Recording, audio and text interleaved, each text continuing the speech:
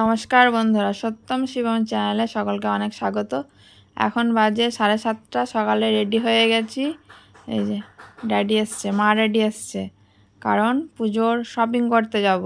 সত্যম শিবমকে রেখে ওদের নিয়ে যাওয়া তো অসুবিধা, ওই জন্যে মা রেডিকে আসতে বলেছিলাম। তো চলো এবার বেরিয়ে যাই, আমাদের অফিসারও ওই যে ওখানে অপেক্ষা করছে। চলো। তো বাড়ি চলে এসেছি পুজোর কেনাকাটা করে। ওই যে ওইদিকে সব জড়ো করা আছে, তোমাদের সাথে আর কেনাকাটা শেয়ার করা হয়নি, কারণ সত্যম শিবমকে বাড়ি রেখে গিয়েছিলাম। তো একটু আমার পিস টানছিল, ওরা ঘুমাচ্ছিল, আমি বেরিয়ে গিয়েছিলাম। বারবার ফোন করে জানছিলাম ওরা কি করছে। তো সত্যম শিবমের স্নান করা হয়ে গেছে, ওরা স্নান করে ঘরে বসে আছে। এবার যাব দুপুরে রান্না করতে। তো দুপুরের মেনু এই যে কুমড়োর ফুল নিয়ে এসেছিলো সকালবেলা, কুমড়োর ফুল বেসন দিয়ে ভাজা করব। আর এই যে খাসির মাংস নিয়ে এসছে, খাসির মাংস রান্না হবে।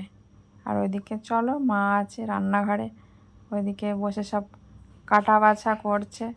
ওই যে বসে বসে সব সবজি কাটছে, আমার রসুন আদা সব গুছিয়ে গুছিয়ে দিচ্ছে। সকালে রান্না মাই করেছিল। যে রান্না বসিয়ে দিয়েছি, গ্যাসেই রান্না করছি। কদিন ধরে গ্যাসেই রান্না হচ্ছে, কারণ পাটকাঠি সব শেষ হয়ে গেছে, ওই জন্যেই গ্যাসেই রান্না করছি। সকালের দিকে মেনু আর তোমাদের সাথে শেয়ার করা হয়নি। সকালে মাছ হয়েছিল, ডাল হয়েছিল, একটা সবজি ছিল, নানা রকম সবজি দিয়ে, ঝিঙে পটল কচু ওইসব দিয়ে একটা সবজি ছিল, ভাজা ছিল। তো ওই জন্য আর বেশি কিছু এখন করবো না। সকালে নানান কিছু হেড্ডি গিড্ডি খাওয়া হয়েছে বলে ওই জন্যে এখন ওই মাংস আর ওই ভাজা ওই হবে। তো তোমরা রিলসে দেখেছো যে আমি পোস্ট করেছিলাম যে মা রেডি এসছে। এই ব্লগটা কিন্তু ভাদ্র মাসের প্রথম দিকেই মা এসছিল, ওই সময়কার ব্লগ, তো আমি সময় মতো দিতে পারিনি। আর এই যে হচ্ছে পায়েস, এদিকে পায়েস বসিয়েছি। পায়েসটা রাতের জন্য করে রাখছি, রাতে আর অন্য কিছু খাবে না বলেছে, পায়েস খাবে আর দই মিষ্টি আছে, ওই সব খাবে।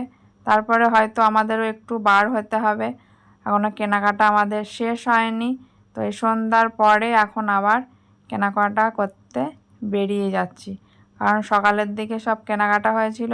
বাড়ি যে সমস্ত জিনিসপত্র লাগে সেইগুলোই কেনাকাটা হয়েছে পাইকারি দোকান থেকে, যেমন পরার শাড়ি, সত্যম শিবমের বাড়ি পরা গেঞ্জি, প্যান্ট, লুঙ্গি, গামছা, যাবতীয় যা সব জিনিসপত্র লাগে, মশারি, বেড কভার। এই যে এই দোকানে এসেছিলাম সত্যম শিবমের জন্য গেঞ্জি নেওয়া বলে, ওদের পাঞ্জাবি আর জিন্সের প্যান্ট নেওয়া হয়ে গেছে, কিন্তু গেঞ্জি এখন পাওয়া গেল না। আর এই যে এখন এই শাড়ির দোকানে এসেছি, কিন্তু শাড়ির দোকানে এই দাদা ভাইটা নেই এখানে। শাড়ির দোকান থেকে একটা ঠাকুর দেখার জন্য সুন্দর একটা মিষ্টি কালারের শাড়ি নিয়ে নিয়েছি। তো কেনাকাটা এখনও শেষ হলো না। সত্যম শিবমের গেঞ্জি নেবো বলেছিলাম, তো গেঞ্জি এখনও ভালো বললো আসেনি। পুজোর বাজার বললো এখনও সেভাবে তোলেনি, কেবল শুরু হচ্ছে। ওই যে প্রথম ভাদ্র মাসে প্রথম দিকে গিয়েছিলাম, তো ওই জন্য বললো এখনও খুব একটা ভালো আসেনি, পরের সপ্তাহে এসে নিয়ে যেতে। তো আসার সময় একটু রসমালাই নিয়ে নিলাম, সেই মিষ্টির দোকান, যারা পুরনো বন্ধু যারা আছো তারা হয়তো দেখেছো, সে অশোক মিষ্টান্ন ভাণ্ডার। ওইখানকার মিষ্টি খুবই সুন্দর মিষ্টি, ওখানকার মিষ্টি হেভি লাগে খেতে। আমাদের অফিস স্যার সাজাচ্ছে, বাজারে যাবে। তাহলে বন্ধুরা আজকের পর্ব এখানে শেষ করছি। সকলে ভালো থেকো, সুস্থ থেকো, আর সত্যম শিবমকে একটু সাপোর্ট করো। তাহলে টাটা।